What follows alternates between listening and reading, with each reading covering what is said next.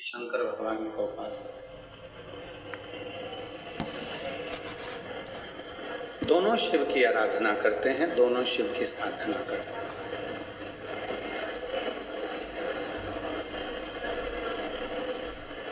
रावण भी भगवान शिव की भक्ति कर रहा है और विभीषण भी भगवान शिव की भक्ति कर रहा है।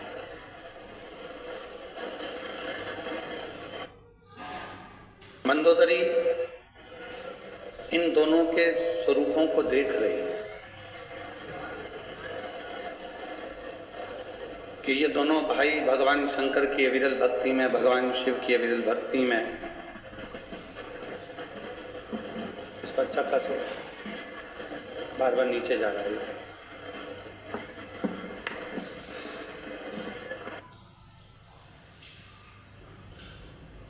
मंदोदरी देख रही है कि ये भगवान शिव की अविरल भक्ति में दोनों भाई डूबे हुए हैं।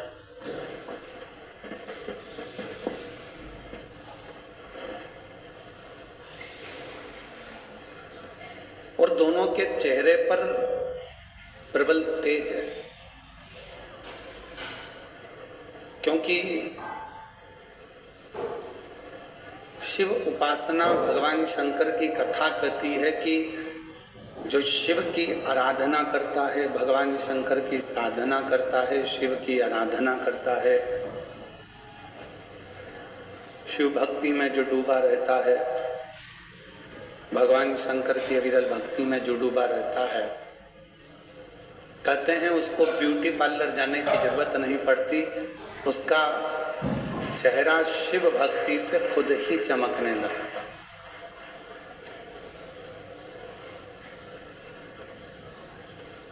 आप भगवान शंकर की जितनी जितनी आराधना करेंगे, जितनी जितनी साधना करेंगे, जितना भजन करेंगे, जितना कीर्तन करेंगे, जितना मंत्र जाप करेंगे, उतना उतना तेज आपके स्वरूप में बढ़ता चलेगा।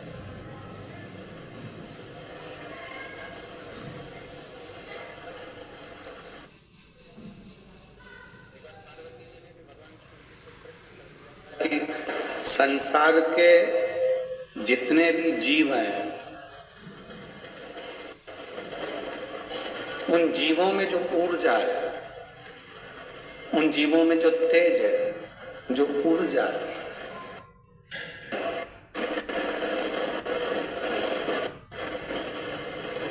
तब भगवान देवादित्य महादेव के मुख से निकल गया था कि हे पार्वती,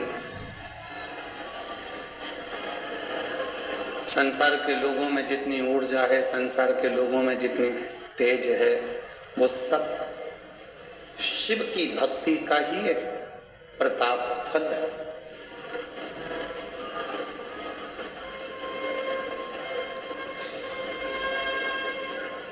मेरी जीजियों, मेरे जीजाओं, मेरी बेटियों, बेटाओं, मेरे बुजुर्ग माँ बाप, एक बात अपने अंदर उतार कर रखिए कि जब शिवलिंग के नजदीक में, भगवान शंकर के शिवलिंग के पास में या शिवलिंग की साक्षी में कोई भी पहुंचता,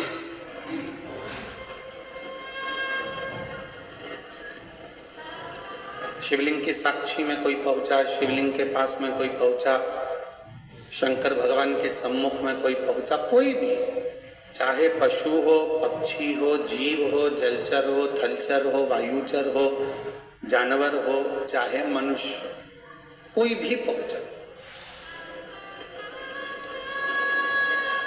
शिव की लगती है और वो जीव अपने भीतर से वो कार्य करने लगता है जो उसके लिए मंजिल तक पहुंचाने का काम करता है, मंजिल तक पहुंचा।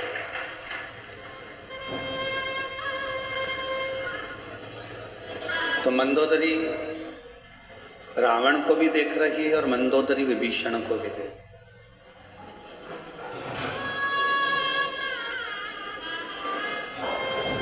दोनों को देख रहे हैं।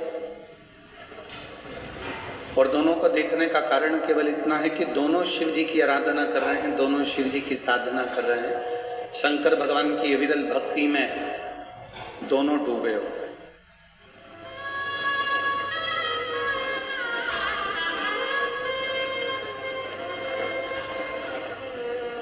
एक सुंदर सा प्रसंग कहता है शिव महापुराण का कि रावण शिवलिंग का पूजन करने बैठता था और विभीषण जब शिवलिंग का पूजन करने बैठता था तो उनके पूजन की सामग्री एकत्रित कर कर रखती थी।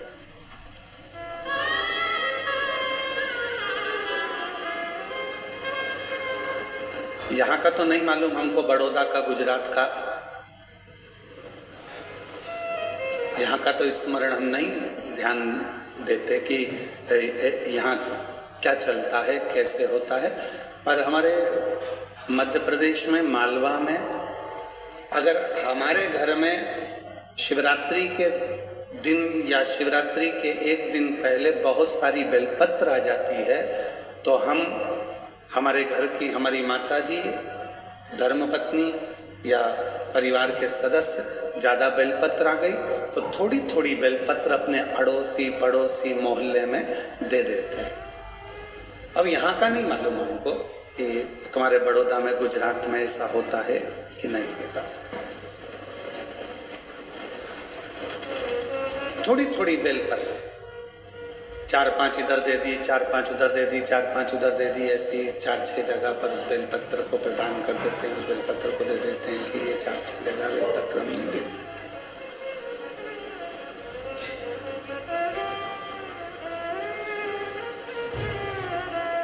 क्यों?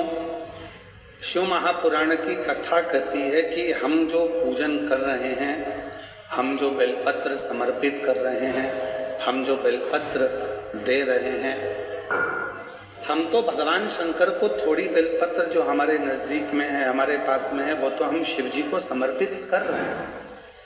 पर यदि ज्यादा आ गई है तो जो पास में है, मान लो वो शिव की आराधना नहीं भी करता है, शिव की साधना नहीं भी करता है, और उसके घर में अगर बेलपत्र पहुंच गई है तो कैसे ना कैसे वो बेलपत्र का मात्र स्पर्श भी कर लेगा तो निश्चित है उस जीव का कल्याण मेरा शिव जरूर करेगा।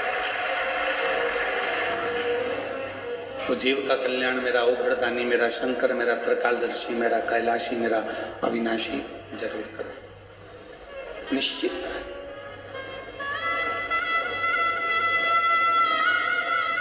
और शंभु शरणे पड़ी मांगू घड़ी रे घड़ी, दुख काटो दया करीने दर्शन आदो। ओ शंभु शरणे पड़ी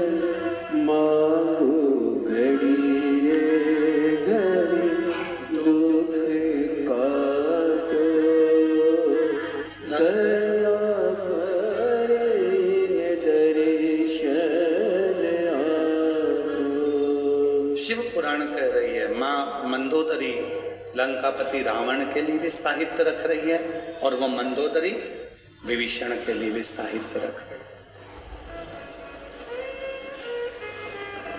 अब कई कई माताओं के मन में एक भाव उत्पन्न हो जाता है, क्या तुम्हारे पूजन की तैयारी मैं करूं? तो तुम्हारे पूजन करने से कौन सा फायदा? जब तुम्हारे पूजन की तैयारी मैं कर रही हूँ, पूजन का साहित्य मैं रख रही हूँ, पूजन का साज मैं सजा रही हूँ, पूजन का सारा सामान मैं लाकर रख रही हूँ, तो फिर मतलब ही क्या पूजन करने से?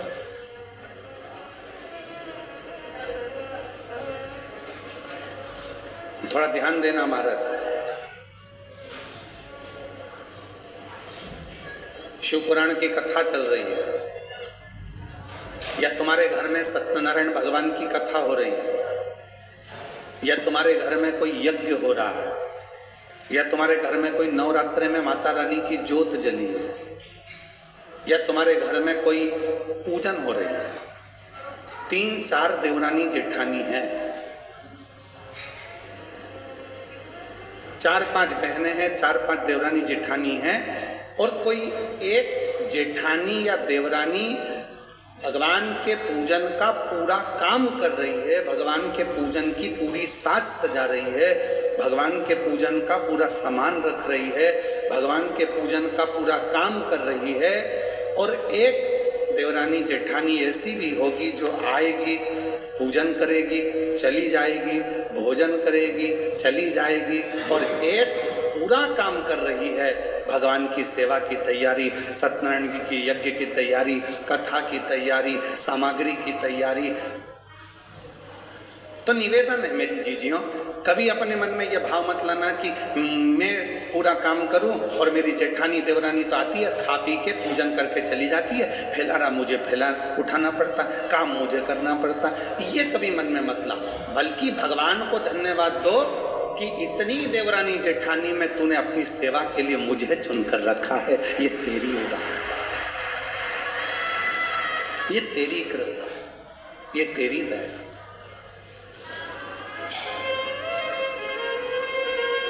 तुम्हारे घर के बगीचे में, तुम्हारे घर के गमलों में कितने सारे पौधे लगे हैं, इतने सारे पौधों में कितने सारे फूल लगे हैं। ईमानदारी से बोलना, तुम अगर फूल तोड़ती भी हो, फूल तुम चुनती भी हो, भगवान के लिए चुनो चाहे अपने लिए चुनो, अगर तुम फूल तोड़ती हो तो पूरे बगीचे का सबसे सुंदर जो फूल होता है, गुलाब का फूल खिला हुआ, कमल का फूल खिला हुआ, जो भगवान को देने के लिए या अपने लिए जो फूल तुम चुन रही हो, वो बगीचे का सबसे सुंदर फूल जो होता है, उसको तुम चुनती हो, उसको तुम चुनकर रखती हो, उसको तुम तोड़ती हो। उसी तरह पूरे परिवार में 4-5 देवरानी जेठानी ननंद ये वो, पूरे परिवार में इतने सारे लोग हैं, और भगवान शंकर यदि तुम्हें शिव महापुराण की कथा में लेकर गए हैं, या भगवान के मंदिर तुम जा रही हो, या भगवान की सेवा तुम कर रही हो, या आराधना साधना तुम कर रही हो, तो समझ लेना कि परमात्मा ने भी पूरे घर के बगीचे में से जो सबसे सुंदर फूल था वो तुम्हें अपने करीब में लेकर आए, तुम्हें अपने पास में लेकर। वो सुंदर पुष्प आप, वो सुंदर फूल आप, और मैंने तेरे ही भरोसे बाबा, तेरे ही भरोसे हवा बिच उड़ती जावागी, बाबा डोर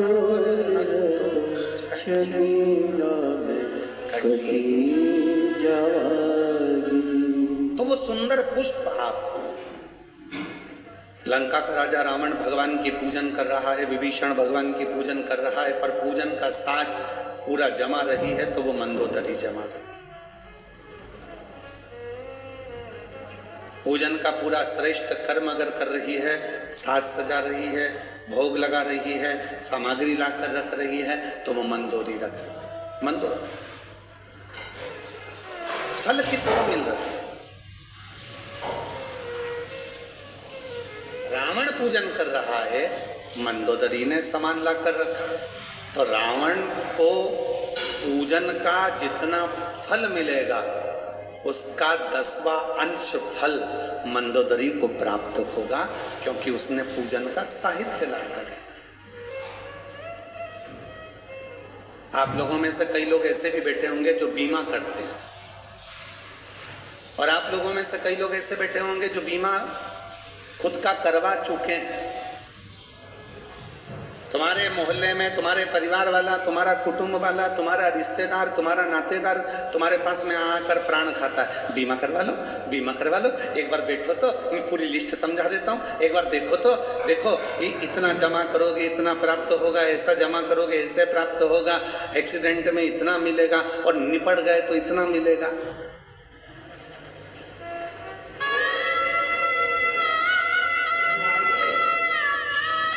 दुनिया में केवल एक बीने वाला ही है जो तुम्हारे सामने तुम्हारे मरने की बात करता है, और पत्नी बड़े प्रेम से पल्लू ले लुआ के सुनती है मरने की बात, बहुत ध्यान से, इतने प्रेम से सुनती है, इतने प्रेम से।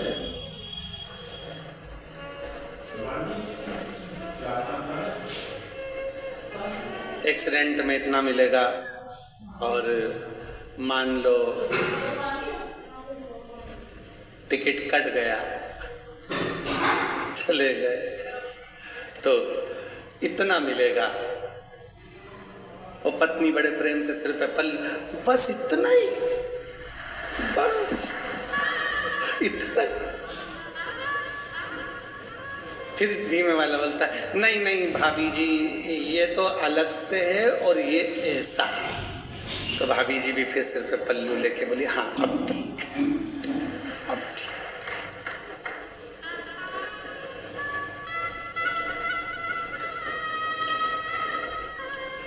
अच्छा बीमा करने वाला तुम्हारे पास आया, बार बार फोन लगा रहा है बीमा कराओ बीमा कराओ बीमा कराओ बीमा कराओ, क्यों लगा रहा है? उसको क्या मिलना है? तुम अगर बीमा कराओगे बीमा कंपनी में पैसा जाएगा, पर जो एजेंट है उसको बीमा कराने का थोड़ा ना थोड़ा भाग प्राप्त हो जाए। उसी तरह भगवान की पूजन करने का अगर कोई पति से कह दिया मेरे पूजन के लिए सामान ला कर देना, सुनो बेटा मुझे पूजन के लिए फूल ला कर देना, भैया मुझे ये ला कर देना, और तुमने अगर वो ला कर दिया है तो तुम्हारी पत्नी, तुम्हारी बहन, तुम्हारी माँ जब पूजन करती है तो उसका एक अंश भाग जो उसकी पूजन का सामान लेकर आया है उसके खाते में पहुंच जाता है, उसका पुण्य पहुंच जाएगा। वो पुण्य उसके खाते में पहुंच गया।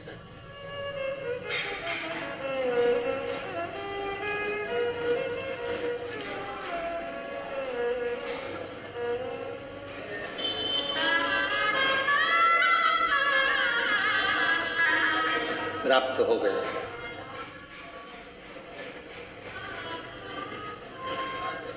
इसलिए कहते हैं कथा में आया करो तो अपनी पड़ोसन का दरवाजा बजा कर आया करो। चल रही है क्या? कहाँ? अपने बड़ोदरा में कथा चल रही है। अच्छा हाँ, शिवपुराण की कथा हाँ चल रही है क्या?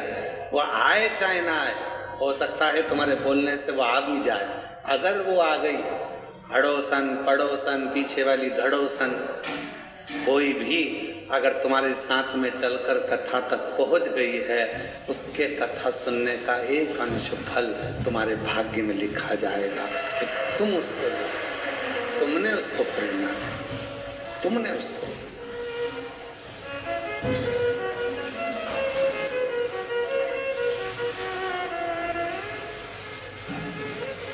एक विश्वास अपने भीतर जागृत करें, और जब विश्वास जागृत हो जाएगा, जब भरोसा जागृत हो जाएगा, तब परमात्मा को मिलने में देरी नहीं लगेगी। भगवान तुरंत प्राप्त हो गए। मंदोदरी ने सामान लगाया, पूजन का साहित्य रखा, पूजन की सामग्री रखी, और रावण और विभीषण पूजन कर रहे।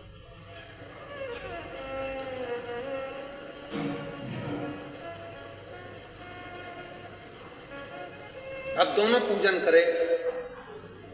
लंका का राजा रावण भगवान शंकर से पूजन के बाद में मांग रहा है कि मुझे धन दीजिए, वैभव दीजिए, सत्ता दीजिए, संतान दीजिए और मुझे विजय दीजिए। और विभीषण शिव जी की पूजन कर कर मांग रहे हैं मुझे श्री हरि का दर्शन दीजिए और श्री हरि का साथ दीजिए और उनके चरणों की सेवा दीजिए। दोनों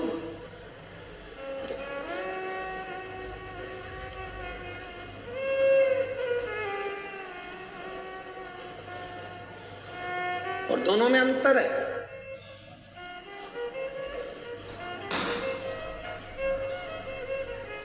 व्यक्ति की चाल दो वजह से बदल जाती है।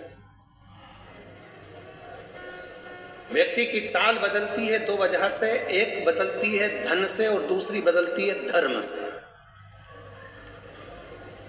धन से व्यक्ति की चाल बदलती है तो वो अहंकार में फूल कर चलता है, किसी को नहीं गिनता है, किसी को नहीं जानता है। एक धन से जब व्यक्ति की चाल बदलती है तो उसमें अभिमान आ जाता है, मैंने किया, मैं कर रहा हूं, मैं सब संभाल लूंगा, मैं सब कर लूंगा, तुम्हारी जरूरत नहीं है, मैं हूं मैं हूं मैं हूँ। और फिर एक दिन ऐसा आता है कि वो मैं करने वाला दक्ष प्रजापति का भी सिर कटकर बकरे का मुंह लग जाता है।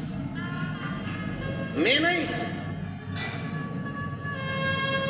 भोले आपकी कृपा से सब काम हो रहा है, शंभु आपकी कृपा से सब काम हो रहा है। करते हो भोले बाबा मेरा नाम हो रहा है, करते हो बेटे की शादी नहीं हो रही, तुम्हारी बेटी की शादी नहीं हो रही, तुम्हारे संतान का सुख नहीं हो रहा, तुम्हारे घर में वैभव नहीं आ रहा। क्यों नहीं आ रहा? क्योंकि तुमने घर को अपना समझ रखा। तुमने बेटे को मेरा बेटा, मेरी बेटी, और जिस दिन तुम शंकर के मंदिर में जाकर एक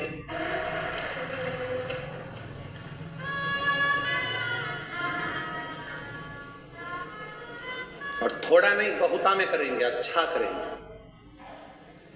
थोड़ा बहुत नहीं करते, बहुता।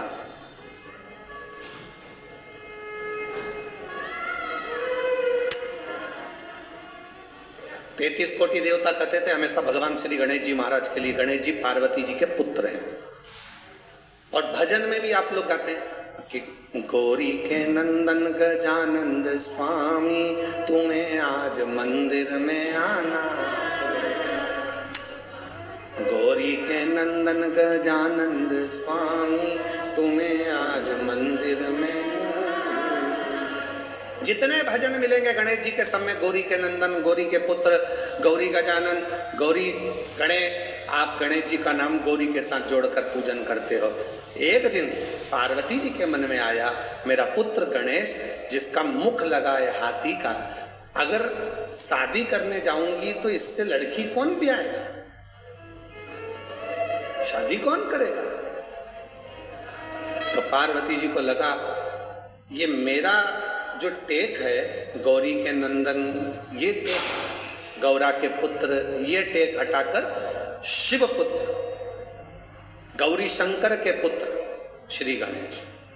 तो पार्वती जी ने मन में सोचा कि ऐसे शादी होने वाली नहीं है, शादी करेंगे तो शिव करें।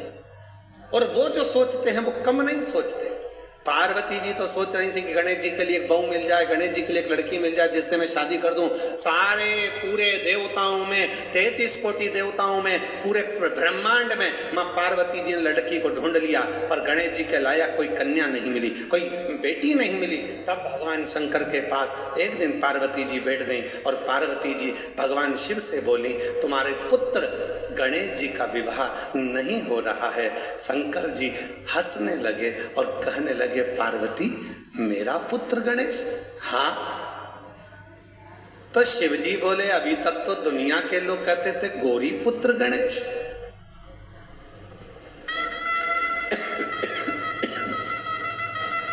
अभी तक दुनिया के लोग कहते थे गौरी पुत्र गणेश। पार्वती जी कहती हैं नहीं प्रभु, वो तो दुनिया भ्रम में डालती है। शिव पुत्र गणेश, मेरा पुत्र तो मर चुका था, उसको वापिस शीश लगाया आपने, तो पुत्र किसका हुआ? आपका। इसलिए आपके पुत्र की शादी नहीं हो रही। शंकर भगवान ने कहा मेरे पुत्र की शादी नहीं हो रही है, ये हो सकता है? शंकर भगवान ने डमरू बजाया, जैसे डमरू बजाया देव ऋषि नारद आए। नारद जी से कहा मेरे पुत्र के लिए लड़की देख कर आप, उसकी शादी करना है। देव ऋषि नारद ने कहा इतनी सी बात, अब भी जाता हूँ। तुमरुका जी को कहा नारद जी ने कि जाओ आप भी शंकर भगवान के पुत्र के लिए लड़की देखने जाओ। तुमरुका जी गए, नारद जी गए और प्रजापति विश्वरूप जी के यहाँ पहुंच गए। जिन प्रजापति विश्वरूप जी की एक बेटी नहीं 2 बेटी थी, जुड़मा हुई थी, दोनों आनंदित थी, दोनों सुंदर थी, रिद्धि सिद्धि दोनों को देखा। तो प्रजापति विश्वरूप जी से कहा क्या आप अपनी बेटी की शादी करना चाहते हो? हाँ, पर लड़का ऐसा होना चाहिए क्योंकि मेरी बेटी को भोजन बनाने का शौक बहुत है। तो लड़के की नाक ऐसी हो कि इतनी लंबी नाक हो कि सूंघते से ही अंदर आ जाए। तो इतने में तुमरुका जी ने कहा नाक की तो पूछो ही मत, नाक वाला ही छोरा है। अच्छा, दूसरे बोले कि मेरी बेटी सिद्धि इतना धीमा बोलती है, कान ऐसे होना चाहिए बड़े बड़े कि सुनते सी दामाद समझ ले मेरी बेटी की बात। तो कहा कान की भी मत पूछो, पक्का सूपड़ा है, कान की भी जाने। फिर कहा दामाद ऐसा होना चाहिए एक बार बैठ जाए तो उठने में लगे कि मेरा दामाद बैठा है। तो क्या बिल्कुल ऐसा ही है, एक बार गणेश चतुर्थी पे बैठता है, अनंत चौदस पे उठता है, 10 दिन तक उठता ही नहीं, बिल्कुल वैसा कि वैसा। फिर कहा कौन है, तो कहा शंकर जी के पुत्र श्री गणेश जी। प्रजापति विश्वरूप जी ने कहा ठीक है, विवाह पक्का। अभी तक पार्वती के पुत्र थे तो विवाह में देरी हो रही थी, अब किसके पुत्र हो गए? शिव के पुत्र। आधे से ज्यादा संबंध शादी के कैंसिलिका को होते हैं। बोलो बोलो, ईमानदारी की बात बोलना, तुम सबसे पूछ रहे हैं, बड़ौदा वालों बिल्कुल सही बोल देना। ससुर के चक्कर में संबंध नहीं टूटते हैं। My skin, my shield is so real to protect with SPF 50. Gonna do it glow. Feels so light, doesn't make me white. Sunscreen to protect and glow. Yeah, queen, that's my glow plus dewy sunscreen. Nandini nandita medini vishwa vinodini nandanute girivara vindhya shirodini vasini vishnu vilasini jishnunute. அந்த video எனக்கு ரொம்ப பிடிச்சிருந்தது. உங்க WhatsApp ஸ்டேட்டஸ்ல இத போடணும்னா இப்போதே ShareChat download பண்ணுங்க. Download ShareChat. जो बोले सो निहाल ससुरियर का। अब समझ में आया तो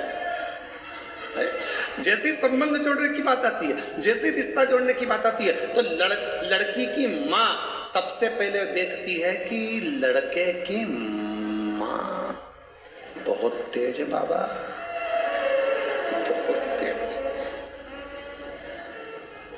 मैं तो नहीं करूं मेरी बेटी की शादी, उसकी माँ इतनी तेज, इतनी बोलने में एक्सपर्ट, वो तो पटर पटर पटर पटर दिन भर कुछ ना कुछ बोले। जरा सी उस हम गए थे उनके यहाँ लड़का देखने के लिए, तो पानी पिलाने के लिए देवरानी आई ने, रिश्तेदार आए ने, या सबसे वो तो ऐसी हुक्म चला है जैसे सब नौकर चाकर हो। तो उन्होंने सोच लिया ये तो मेरी लड़की को नौकरानी बना के धरेगी, मैं तो नहीं करूँ शादी दादा, मैं तो नहीं। फिर मन में आया नहीं नहीं, लड़के का पिताजी बड़ा अच्छा, एकदम शांत, चुप, कर्पूर गौरम कर्णावतार, एकदम शांत।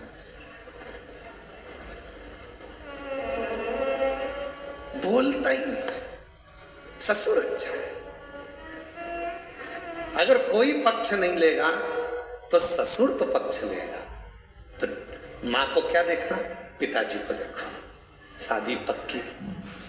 बाप को और बेटे को देखो, अच्छा है, समझदार, समझ संबंध।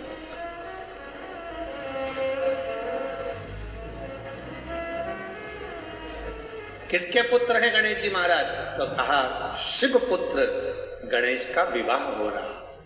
साज सजे, विवाह हुआ, शादी हुई, सब आनंद हुआ, रिद्धि सिद्धि शादी कर कर घर आ गई।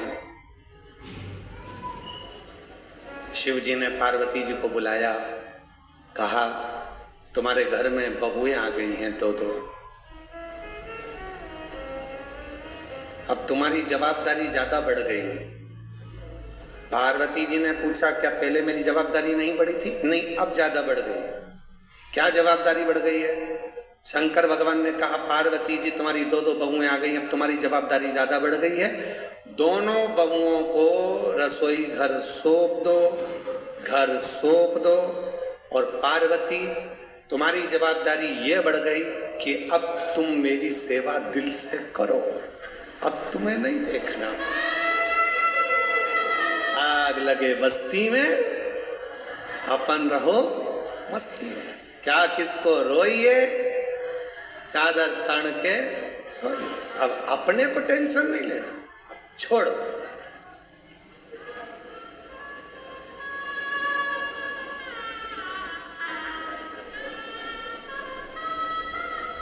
हमारे सूरत वाले सोमानी जी यहाँ आए हैं आज कथा में। सोमानी जी की धर्म पत्नी और सोमानी जी ये दोनों शिव महापुराण की कई कथाओं के यजमान बने हैं और धाम पर भी बहुत कथा इन्होंने कराई और आगे भी यजमान पद इनके पास में बहुत है। इनका नियम है प्रत्येक कथा में जाने का। बीच में भीड़ बहुत ज़्यादा होती हैं तो सोमानी जी थोड़ा सा कह देते हैं अपनी धर्म पत्नी से, भीड़ ज़्यादा है, अगली कथा में चलेंगे, अगली कथा में चलेंगे। 3-4 कथा में जो नहीं जा पाए तो उनकी धर्म पत्नी हमेशा एक ही बात कहती, क्या भीड़ से डरना, चलो आगे तो बढ़ो, चलो कथा में तो चलो। क्या सोचो, शिव के प्रति समर्पण का भाव। अब छोड़ो ये सब, प्रभु आपकी कृपा से सब काम हो रहा है, भोले आपकी कृपा से सब काम हो रहा है।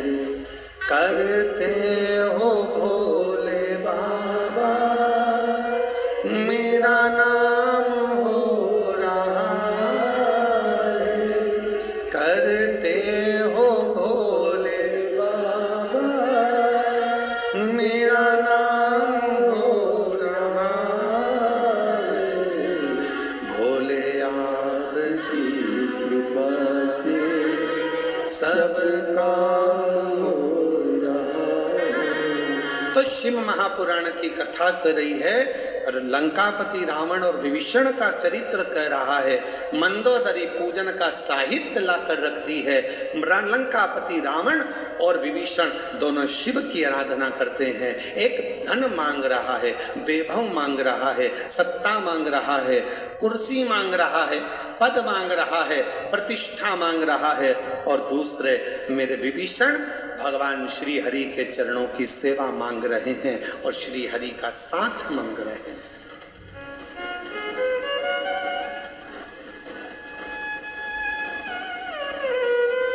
व्यक्ति की चाल बदल जाती है। 2 वजह, एक धन, दूसरा धर्म।